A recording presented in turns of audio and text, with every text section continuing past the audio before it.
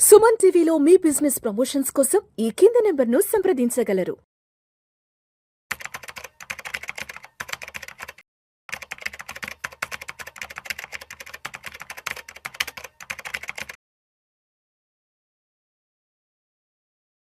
నమస్తే, welcome to Suman TV. నేను వెల్లి చక్రధర్. చాలామంది మా దగ్గరకు వచ్చే యంగ్స్టర్స్ ఉంటారండి. వాళ్ళు ఒక 25 ఇయర్స్ ఏజ్, 30 ఇయర్స్ ఏజ్ వాళ్ళు వస్తారు. సో వాళ్ళు జనరల్గా మాకు ఒక మంచి పెన్షన్ ప్లాన్ చెప్పండి అంటారు. సాధారణంగా మనకి పెన్షన్ ప్లాన్స్ అనేవి మనకి ఇన్సూరెన్స్ నుంచి ప్రొవైడ్ అవుతుంది. కానీ మనకి మ్యూచువల్ ఫండ్స్లో కూడా మనం చాలా చక్కగా ఒక ఫ్రేమ్ చేసుకోవచ్చు అండి. ఒక మంచి పెన్షన్ ప్లాన్ అది ఎస్ఐపి అండ్ ఎస్డబ్ల్యూపి కాంబినేషన్లో తీసుకోవచ్చు. సో ఎంత అమౌంట్ ఇన్వెస్ట్మెంట్ చేస్తే మనకి ఎంత వస్తుంది పెన్షన్ అనేది మనకి ఒక ఎగ్జాంపుల్ చెప్తాను మీకు నేను. సపోజ్ ఇక్కడ చూడండి, మనం 25,000 రూపీస్ ఎస్ఐపి కనుక 8 ఇయర్స్ కనుక మీరు వేస్తే, కేవలం 8 ఇయర్స్. సపోజ్ చూడండి, ఒక 42 ఇయర్స్ అతను మా దగ్గరకు వచ్చారు.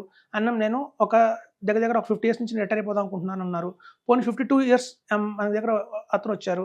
6 ఇయర్స్ రిటైర్ అవుదాం అనుకుంటున్నారు. కేవలం 8 ఇయర్స్ మాత్రమే అతని దగ్గర మనకు టైం ఉందనుకున్నాం క్లయింట్ దగ్గర.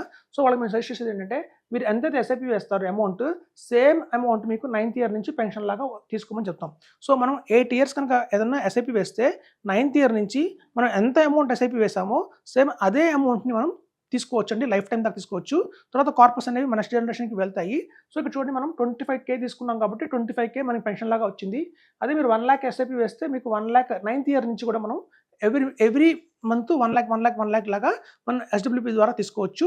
ఇక్కడ చూడండి, అట్లాగే మనం 25K కనుక ఎస్ఐపి 12 ఇయర్స్ వేస్తే, ఇన్స్టెడ్ ఆఫ్ 8 ఇయర్స్ మనం 12 ఇయర్స్ వేస్తే మనకు డబల్ ద అమౌంట్ వస్తుందండి. ఇక్కడ చూడండి, మనం 25K వేసాము కానీ రిటర్న్ మాత్రం మనం 50K తీసుకుంటున్నాం. అంటే పెన్షన్ రూపంలో మనం 50K పొందుతున్నాము. ఎప్పటి నుంచి అంటే 13th ఇయర్ నుంచి పొందుతున్నాం. సో ఇక్కడ చూస్తే మీరు 1 lakh పెడితే 2 lakhs. సో మనం ఎంతైతే అమౌంట్ ఎస్ఐపి వేస్తామో 12 ఇయర్స్ కనుక మీరు ఖచ్చితంగా ఎస్ఐపి వేస్తే 13th ఇయర్ నుంచి మీకు డబల్ ద అమౌంట్ అయితే మీకు పెన్షన్ రావడంలో జరుగుతుంది లైఫ్ టైము. తర్వాత ఒక హ్యూజ్ కార్పస్ అనేది మన నెక్స్ట్ జనరేషన్కి అయితే వెళ్తుంది. సో ఇలాగే మనకి 25K ఎస్ఐపి కనుక 15 ఇయర్స్ కనుక ఎవరైతే ఇన్వెస్ట్మెంట్ చేస్తారో, ఇంకో 3 ఇయర్స్ అడిషనల్గా చేస్తారో వాళ్ళకి 3 times ఆఫ్ ద అమౌంట్ అండి. అంటే 75 lakhs దాకా కూడా, 75,000 రూపీస్ దాకా కూడా వాళ్ళకి పెన్షన్ అనేది వస్తుంది 16th ఇయర్ నుంచి. సో 16th ఇయర్ నుంచి వాళ్ళు 3 times ఆఫ్ ద అమౌంట్ తీసుకోవచ్చు, ఎస్ఐపి అమౌంట్. సపోజ్ ఇక్కడ 1 lakh పెట్టారనుకోండి, 15 ఇయర్స్కి 3 lakhs పెన్షన్ తీసుకోవచ్చు 16th ఇయర్ నుంచి.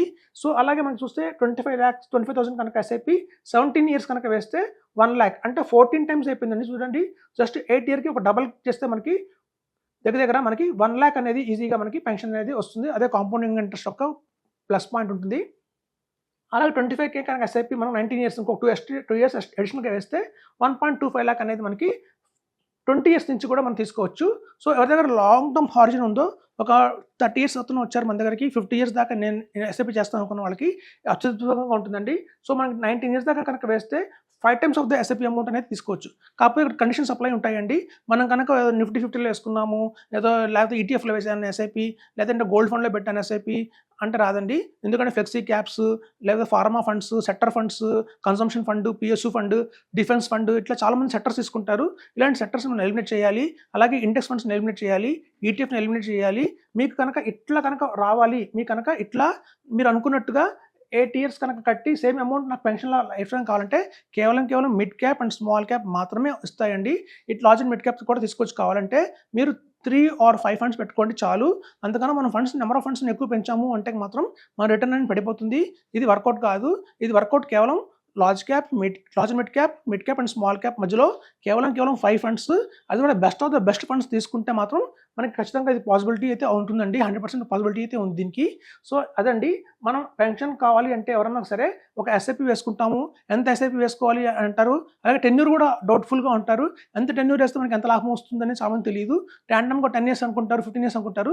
కానీ ఇక్కడ ఈ టేబుల్ వల్ల మనకు తెలిసింది ఏంటంటే, ఒక 25K కనుక ఎస్ఐపి వేస్తే 15 ఇయర్స్ కనుక వేయగలిగితే మనకి 3 times of the SIP amount అయితే మనకు వస్తుందండి.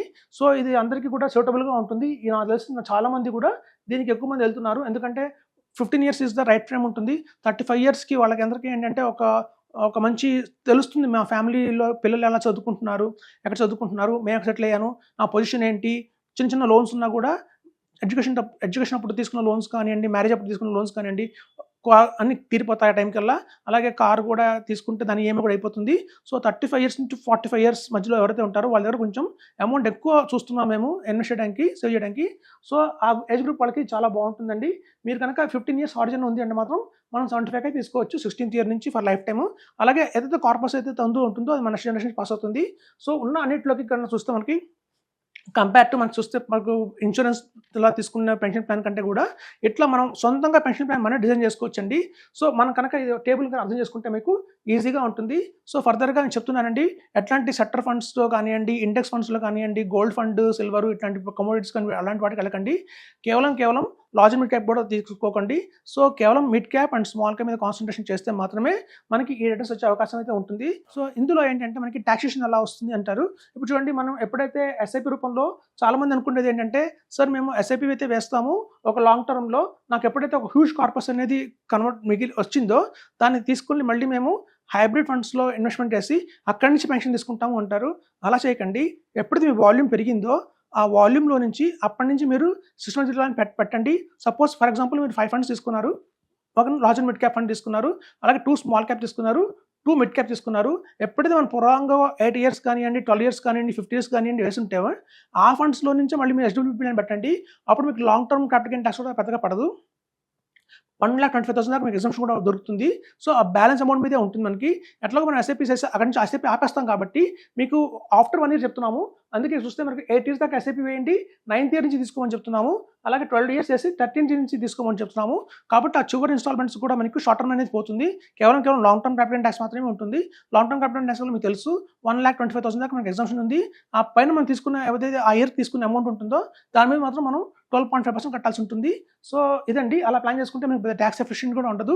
మీరు తీసుకున్న ఫండ్స్లో ఎలాంటి తీసుకోవాలంటే ఒక లాంగ్ టర్మ్ ఒక 20-30 ఇయర్స్ దాకా కూడా స్ట్రాంగ్గా ఉండే ఫండ్స్ తీసుకుంటే మాత్రం మీకు ఎటువంటి ప్రాబ్లం ఉండదు.